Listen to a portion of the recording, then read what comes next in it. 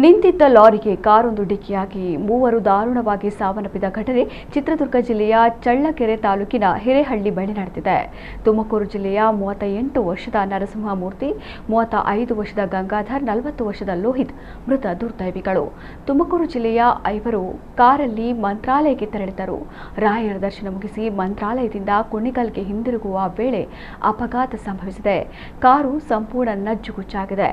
ಡಿಕ್ಕಿಯ ರಭಸಕ್ಕೆ ಕಾರಿನ ಚಾಲಕನ ಬದಿಯಲ್ಲಿ ಕುಳಿತಿದ್ದವರ ತಲೆ ಕಟ್ ಆಗಿದ್ದು, ಉಳಿದ ಇಬ್ಬರು ಗಂಭೀರವಾಗಿ ಗಾಯಗೊಂಡು ಚಳ್ಳಕೆರೆ ಆಸ್ಪತ್ರೆಗೆ ದಾಖಲಿಸಲಾಗಿದೆ. ಕಾರಿನ ಚಾಲಕನ ಅಜಾಗರೂಕತೆ ಹಾಗೂ ಅತಿವೇಗದಿಂದ ಅವಘಡ ಸಂಭವಿಸಿದೆ ಎನ್ನಲಾಗಿದೆ.